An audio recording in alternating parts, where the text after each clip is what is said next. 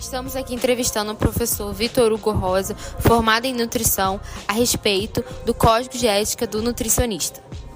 O que é o Código de Ética de Nutrição? Olá, obrigado pelo convite. Então, o Código de Ética de Nutrição, ou do nutricionista, melhor dizendo, ele serve como uma diretriz para a gente não cometer infração durante a nossa prática profissional. Então, a gente pode se deparar com inúmeras situações que podem interferir dentro de um contexto ético.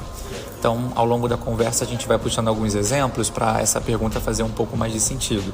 Mas um dos principais erros que o profissional comete geralmente é em rede social, por exemplo, onde você utiliza foto de antes e depois de um paciente, mesmo com autorização do mesmo.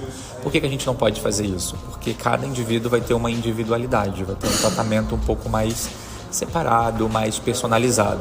Então pode ser que numa conduta nutricional que você tenha utilizado com o paciente tenha dado super certo e promoveu emagrecimento ou hipertrofia ou qualquer outro objetivo que era o objetivo desse paciente. E com outro paciente talvez essa mesma conduta não chegue na mesma proporção que foi demonstrada em rede social. Então isso pode configurar uma propaganda enganosa, por exemplo. Então esse é um dos principais erros que a gente encontra, que está inserido, né, dentro das normativas, dos artigos, né, dentro do Código de Ética do profissional, que é o nosso código não apenas de ética, mas também de conduta profissional. Então é para isso que serve efetivamente. Qual é o significado de ética e de conduta do nutricionista? Bom, a gente vai ter diversas condutas a depender da área que você atua, independente de qual área for, clínica, de alimentação coletiva, esporte, enfim.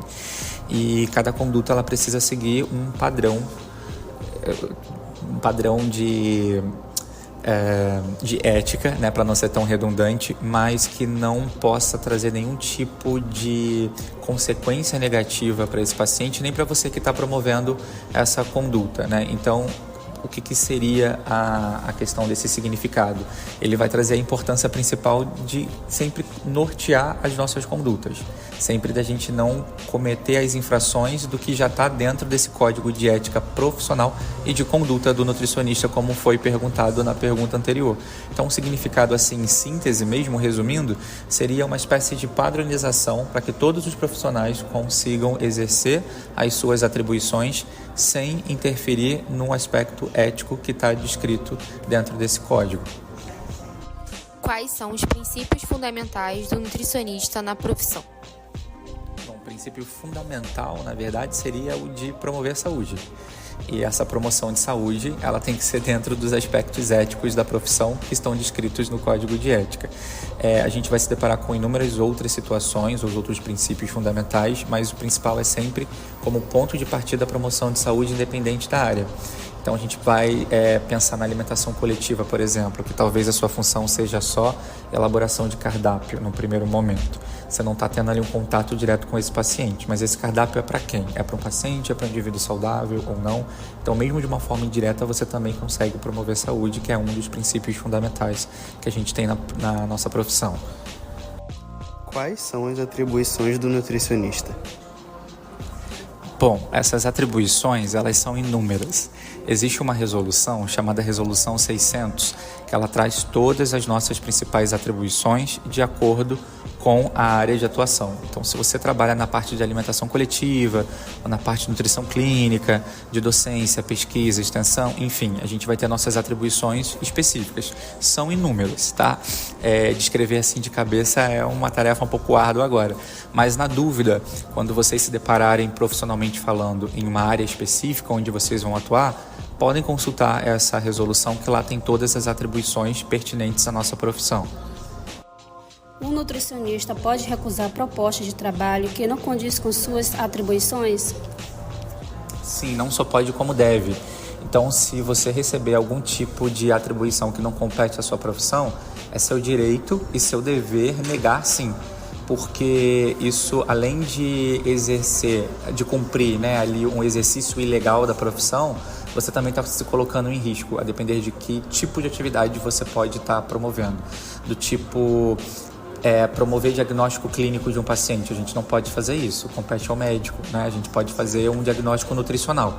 Então, caso seja exigido esse tipo de diagnóstico num tratamento clínico, você está infringindo todas as possibilidades possíveis aqui das nossas competências, né? E isso configura um exercício ilegal da profissão, né? Dependendo do que pode ser atribuído a você ou exigido, pode ser algo grave ou não tão grave assim, mas se não compete às nossas atribuições, você está exercendo de forma irregular a profissão. É dever do nutricionista manter-se atualizado?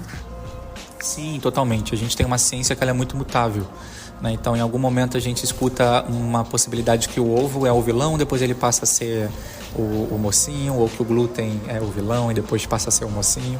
Então a gente vai encontrar sempre divergências de opiniões ou áreas de pesquisas que vão se contradizer o tempo inteiro. Então a sua atualização ela sempre vai buscar uma autonomia sobre as interpretações dessas informações e como você pode atribuir isso para o seu cliente e seu paciente futuramente, sempre dentro dos aspectos éticos e corretos. O nutricionista pode alterar a conduta profissional determinada por outro nutricionista?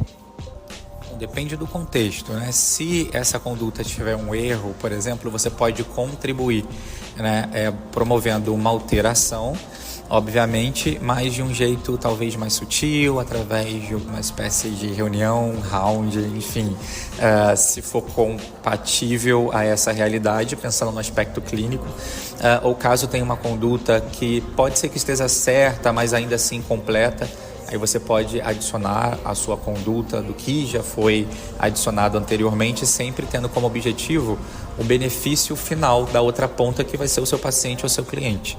Então depende muito do contexto que a gente está falando, né? Então se for uma conduta certa que está sendo satisfatória, você pode continuar com essa conduta ou contribuir com aspectos mais personalizados da forma como você conduz, mas ao mesmo tempo, se for identificado um erro, sim, é nosso dever alterar essa conduta, né? Sem expor o seu paciente ali em risco.